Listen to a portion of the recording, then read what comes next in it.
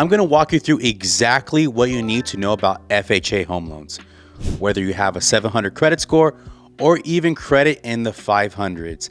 And if that's you, then stick with me, because by the end of this video, you'll understand much more about FHA home loans. And by the end of this video, you'll understand the key steps to getting an FHA home loan, including FHA myths and basics, who can use FHA, minimum credit scores, and down payment options. Lender rules, how overlays work and how to choose the right lender. Costs and insurance, down payment examples, closing costs, and mortgage insurance details. Rates and ratios, why FHA often has lower rates and how debt to income limits help you qualify. And the property, guidelines, primary residence rules, multi-unit opportunities, condos, and county loan limits. We're also going to go over the approval process, employment and income requirements, required documents, and a pre-approval process. Hi, I'm Alex Ramirez, and I help first-time home buyers and step-up home buyers navigate the mortgage process with confidence. And before we dive in, don't forget to like, subscribe, and tap that bell so you don't miss any of my videos in the future. I post weekly updates. Now let's get started.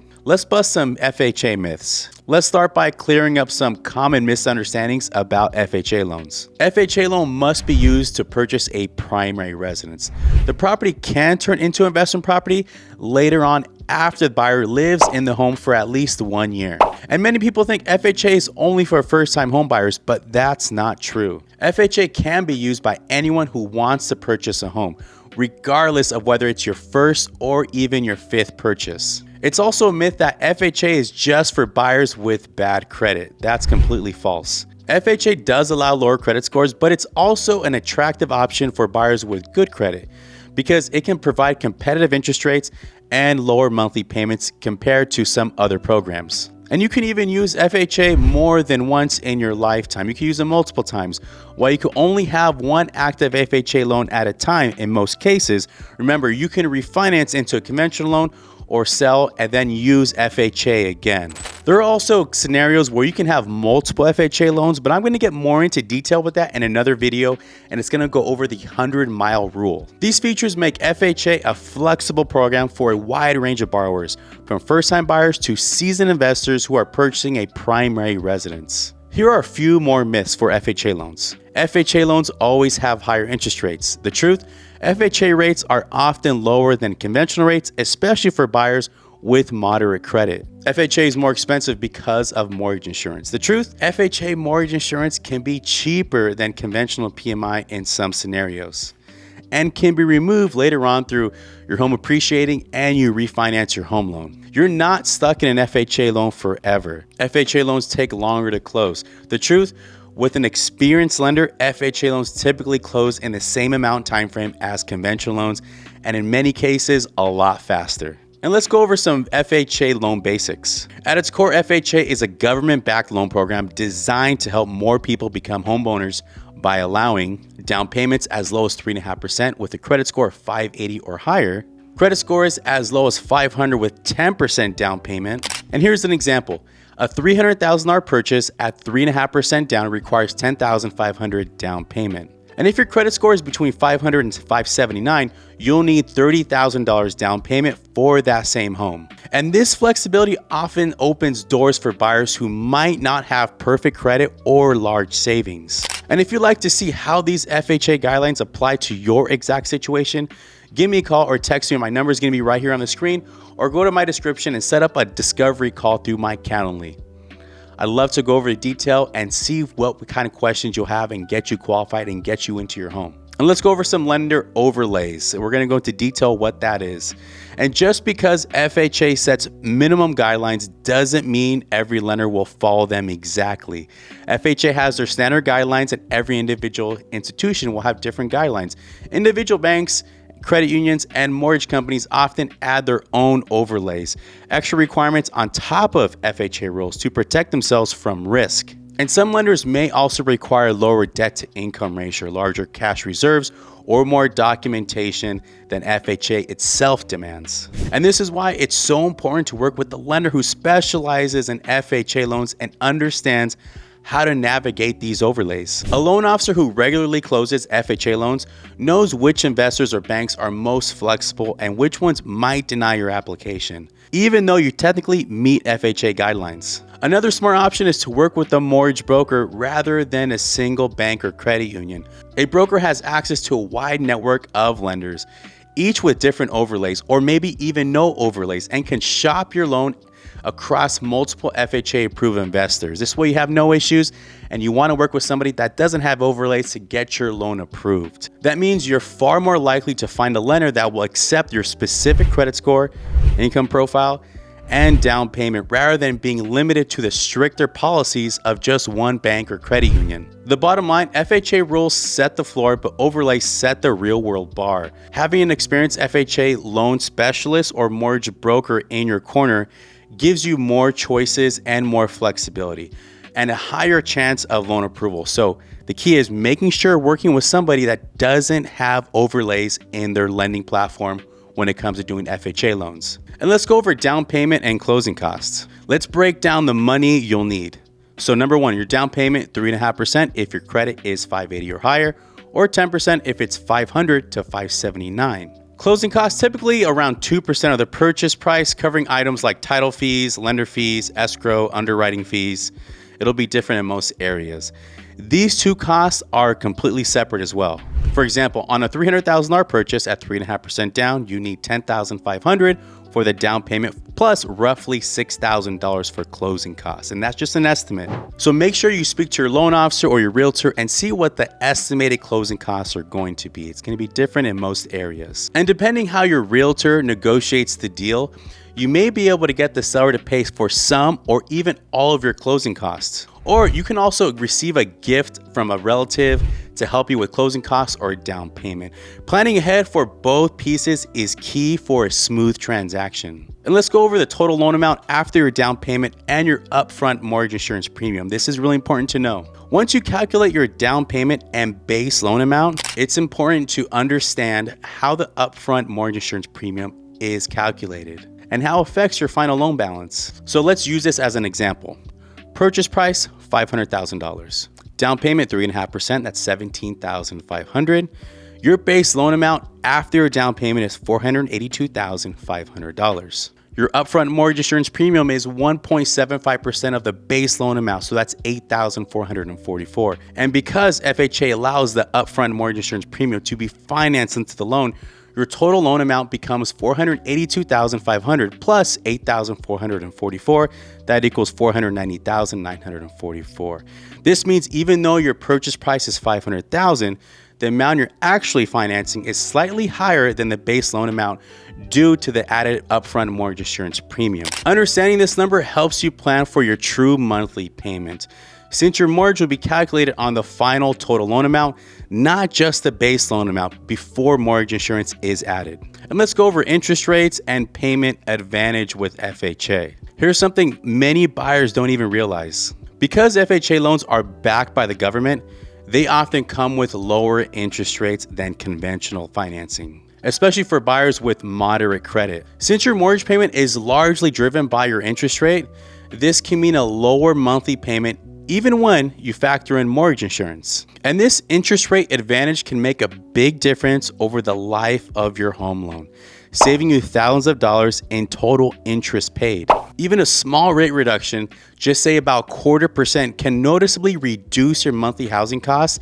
and improve your overall affordability. And for many buyers, this combination of competitive rates and flexible qualifying guidelines is what makes FHA one of the most budget-friendly options on the market. And if you got to this point in my video, I just want to say I appreciate you. And if you want to see an FHA versus conventional side-by-side comparison with your numbers, call me. My number is going to be here, or go to my description and book a discovery call. In the link below, there's going to be a Calendly link, and you can set up a 15-minute call. I'll be more than happy to go over all the scenarios with you. And let's go over debt-to-income ratios for FHA loan, also known as DTI, compares your total monthly debt payments to your gross monthly income.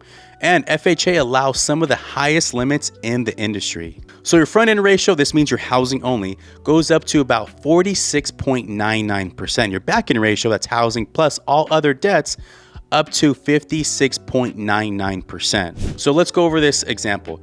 Let's say you earn $100,000 per year. Your gross monthly income is about $8,333 a month. Your housing payment can't exceed $3,915, and your total monthly debt can't exceed about $4,748 a month. These higher limits mean you might qualify for more home with FHA than with a conventional loan. And when applying for an FHA loan, your underwriting type determines how high your allowable debt to income ratios can be. This is really important to know. And here's a breakdown of the three main paths of what they mean for your loan approval. So number one, a manual underwriting. So let's say there's no compensating factors. Your max front-end debt ratio is going to be 31%. Your housing only. Remember, there's overlays, so it depends on what lender you work with. Your max back-end debt ratio, 43%. That's housing plus all other debts. And here's what that means. This is the strictest option. Your application is reviewed entirely by a human underwriter. And you must meet tighter debt to income limits with no extra flexibility. It's the most strict.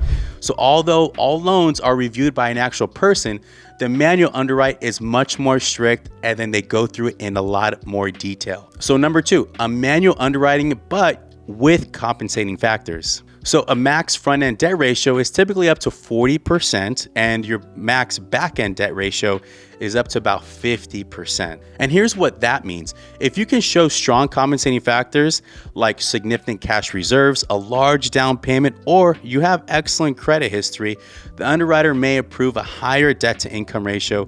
These factors reduce the perceived risk and give you more room to qualify. And number three, this is probably the most well-known one, the automated underwriting system, also known as AUS. You get an approved eligible on the underwriting process. So the max front-end debt ratio is up to 46.99%, and the max back-end debt ratio is up to 56.99%. The AUS system approval is going to be what you want. So here's what that means. This is the most flexible option.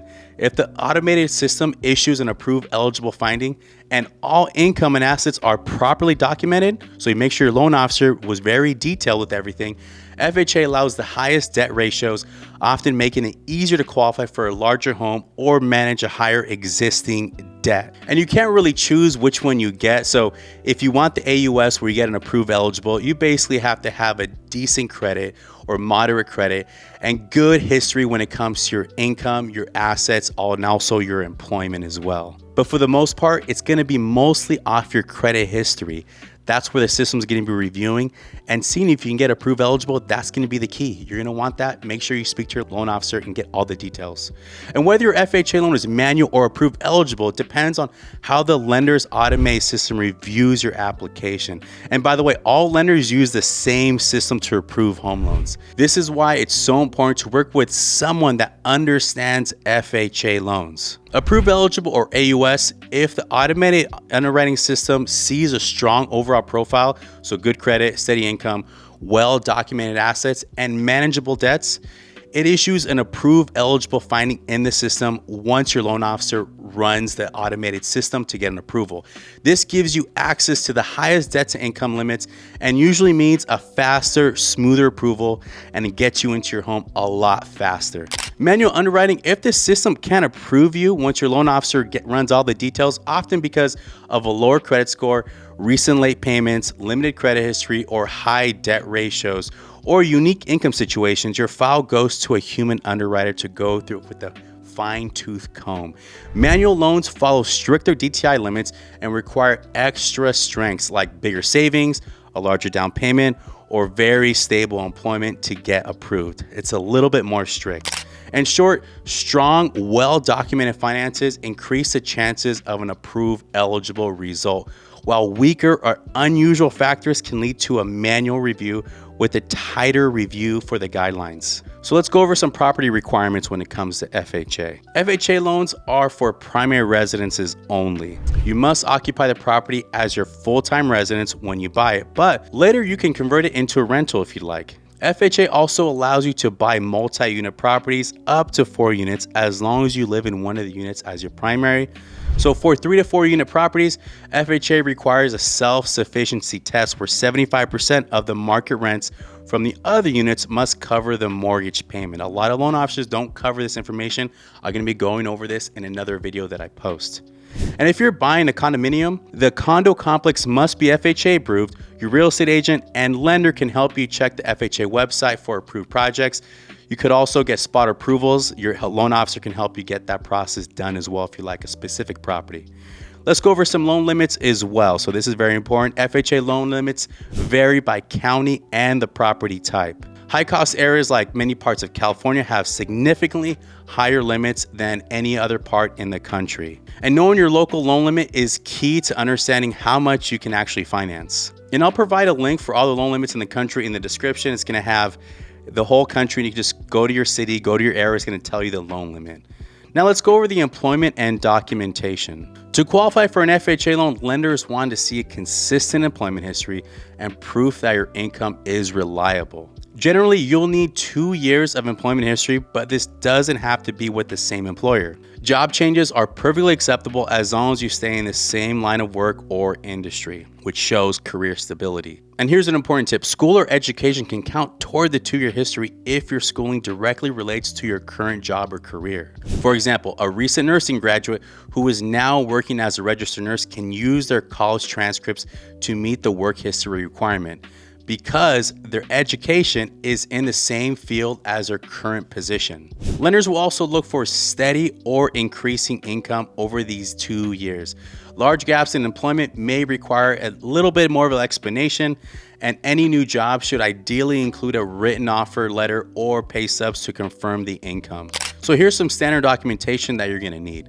So W-2s or tax returns for most recent 2 years, and recent pay stubs to cover 30 days of your income, either the last 4 or the last 2, depending how often you get paid. Bank statements to verify down payment and closing funds, so typically the last 2 months, and a government issued ID that's not expired. And if you're self-employed, expect to provide at least 2 years of complete tax returns, year-to-date profit and loss statements, and possibly business bank statements to prove your income and also your closing funds. So let's go over a little bit about the pre-approval process. The pre-approval is where everything comes together and is very different from a simple pre-qualification. With a pre-qualification, a lender might only ask a few questions and give you an estimated based on what you say, but no one actually verifies the information and they don't run your credit history either. But a pre-approval, on the other hand, is a full review of all of your finances. So your loan officer will run your credit, pull the complete credit report, and carefully verify your income, your assets, and other debts, and calculate how much you can truly afford